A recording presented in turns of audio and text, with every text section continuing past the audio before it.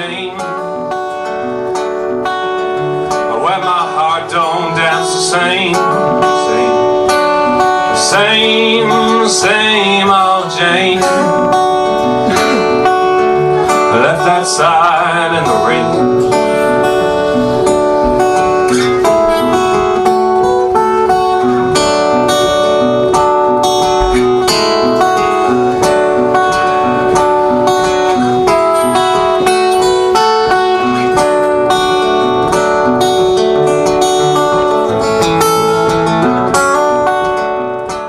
At the newer venues there is little physical distance between audience and performers, but also 60 to 90% of the audience are performing themselves. There is a spirit of inclusivity, and if a non-participating songwriter is present in the audience, the peer pressure to go on stage is strong and relentless. Doris Stockman labelled this type of small, inclusive music environment interactive Gruppenkommunikation, a term also used for analysing the social organisation of Japanese karaoke. One disadvantage of the closeness of being clearly able to see and hear an audience of other songwriters are the stage nerves. Surviving stage jitters and performing in spite of them create a unity of shared experience between songwriters. The subject of stage nerves was brought up by nearly everyone I interviewed in some context. Here are some examples. What do you think of the do's and don'ts? Some do's and don'ts. Try not to be too nervous. Right, you know, because I think that's a big thing. You know, I mean, I'm not as nervous as I used to be. I'm still very nervous now, and I almost gave it up, you know, not long ago because it's just so, you know, so nerve-wracking, you know, and you could be sitting and not really enjoying the rest of the artist because you're so worried about going on yourself. I think it is very important to have a sort of no talking or keep the noise down policy, because it's respectful to musicians. They're only playing 2 songs. Some of them are very nervous. Some of them have been doing it for years, but others are quite nervous. And it's quite nerve-wracking to sing when people are quite obviously not listening. I think it's quite rude. But at the same time, I don't like to tell people no talking, because then they feel not very relaxed. That was Alan Levy, followed by Siobhan Watts, who has been running the Green Note open mic for 3 years. The organisers play the major role in creating the songwriter community. They choose the venue, mix the sounds, choose how to run the list, liaise with songwriters, audience and venue managers. They establish etiquette for songwriters and audience, advertise and host the open mic. They create a place which they know is fertile ground for songwriters who will want to come back every week. It is hardly surprising that Siobhan Watts of the Green Note and David Sherwood, who has been running the Virtual Acoustic Club for 12 years, are both originally musicians themselves. They run their open mic sessions with great dedication, using their experiences of playing in public. Many promoters running open mic acoustic clubs started off as performing musicians, but do not play at the gigs they run. I asked David Sherwood about this change of role. Okay, so you're originally a singer-songwriter. Yeah. But Still now, am. Yes, you are. Still am. But you don't play at your own club, and I'm quite interested in that because I think there's different roles in running a club or being a performer. Do you agree? Or, Yeah, I agree. I think it's I like not to mix the two, and you know, when you're being a performer, you sort of, you're in a different mindset, and when you're a promoter, you're in a different mindset. So mixing the two, I think, is I find a bit difficult.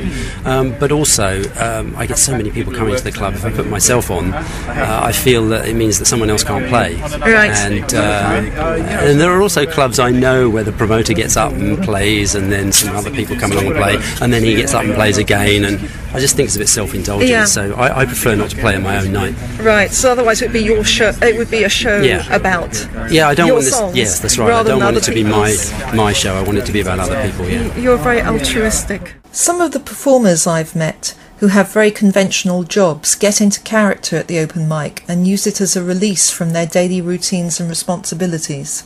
John Beale says that they get into character to protect the conventional role while enacting the mystique of the bluegrass performer. While I agree that some of the performers act out the character of the troubadour or the hardened, whiskey-swilling blues musician, many of those I have met are the genuine article. Their conventional role is to be a roving troubadour. Here's Jerry, one of the loyal regulars at the Green Note. he introduces his song getting into the character of the hard-weathered romantic songster, although he's pretty much the same off stage. John Prine, yeah, I was talking to Ben coming up the road and I went backstage. He's a friend of mine, everyone knows my friend Pinter, and I went backstage to howdy and shake, and it turns out he'd had this throat operation, and the doctor guy said to him, I hear you're a singer, I'll be very, very careful when I'm doing what I'm doing. And he said, listen man, have you heard me sing? If I can talk, I can sing. This is about a meeting with one of my very, very early heroes.